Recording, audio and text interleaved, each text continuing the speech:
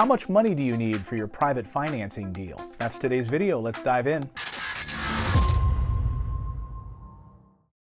Hey there, I'm Clayton Morris. I'm the founder of Morris Invest, and I'm a longtime real estate investor, and I've done hundreds and hundreds of deals. And today we're going to talk about our continuing series on private financing and helping you use private financing in order to explode your rental portfolio. So in one of our previous videos, we talked about setting up your credibility one sheet, as I call it. And it really is that game-changing piece of information you need to put together. If you haven't already watched that video, make sure you click on it and watch it later, but go through point by point and create that one sheet that really tells that private person, that private lender, all about you and what types of properties you buy, what types of properties you like to buy, where you currently own properties, and tells you a little bit about you, your resume, and your team that you're working with. But right now, today, we're going to talk about in this video is how then to present that to a private lender and finding out exactly how much money we need for this first deal. So we've got our credibility one sheet.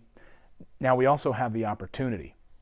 So we've got a great opportunity. We've got 3 rental properties that we want to buy. Now, maybe we found them ourselves, or maybe we used a turnkey provider, or our friend the realtor is bringing us 3 deals and he says, Clayton, these deals are fantastic. You got to jump on them. Great, but I don't have money. How am I going to get money? I've got to use private financing. So now we've got our credibility one sheet on the one hand. Now we need to sort of get all of those numbers together and present these numbers now nicely, succinctly, cleanly to the private investor. So how do we do that? How do we put all of this stuff together? And what things are important for an investor? Basically, at the end of the day, you need to know how much money should I ask for. These 3 properties are going to cost me X amount of dollars. How much money should I ask for? What do I do? Let's dive into that. It is critical to have an easy to read spreadsheet or paper that you can present to a private investor. These are busy, busy people, and the more cluttered and filled with extraneous information you make it, the more problematic it's going to be.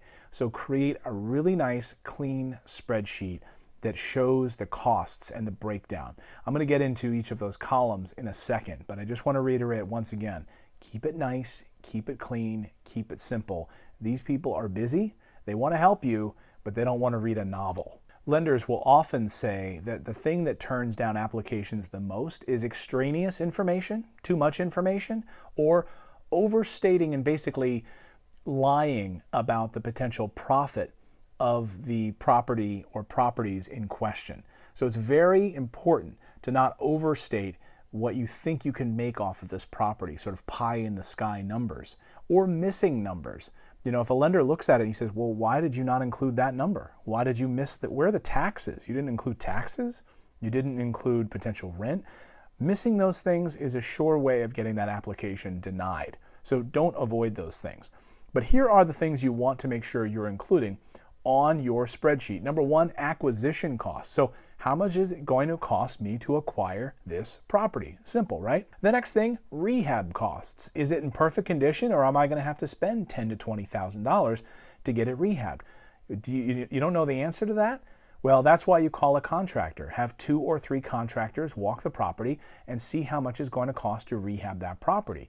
And then, of course, you can include the rehab amount and then include a contractor's quote in the back of your packet as you submit to your lender. It's not necessary to put here, but just so you have a general number of how much the rehab costs will be, include that here on your spreadsheet.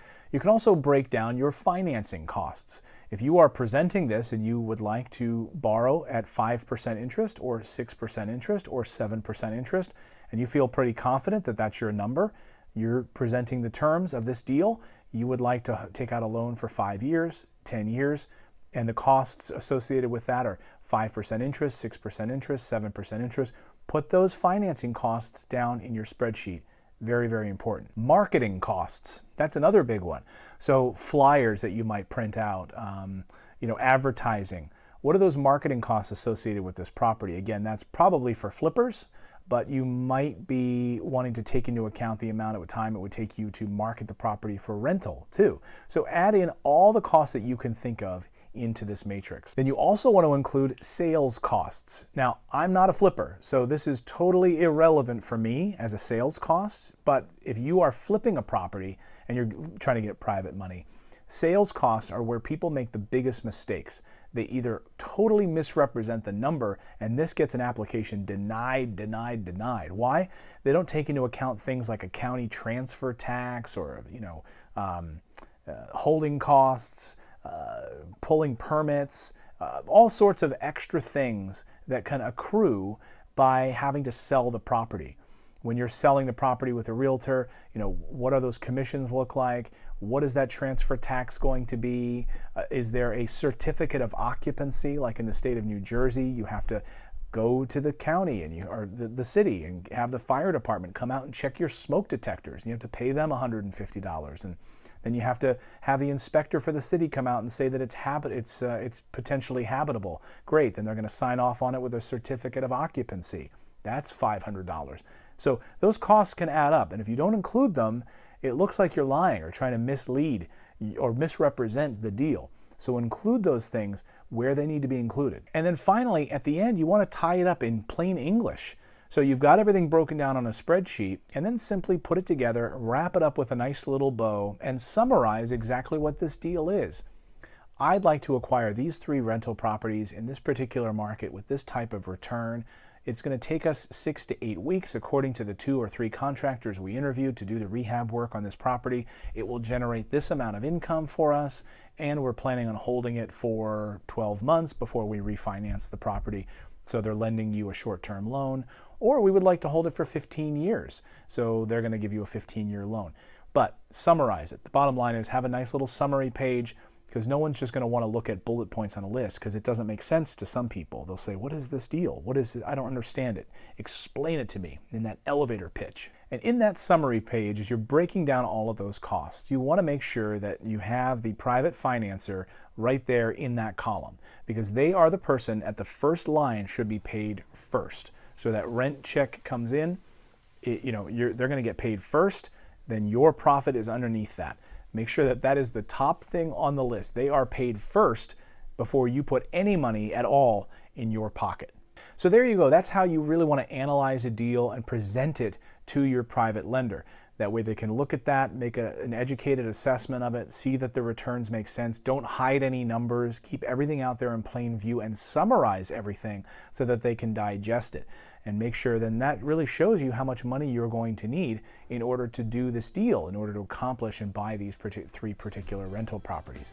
In the next video in our private funding series, we're going to be talking about profits and why you want to make sure your private lender makes good money. And we'll explain why that is so important in the next video. In the meantime, I'd love for you to subscribe to the channel. Just come over here and click the little subscribe button.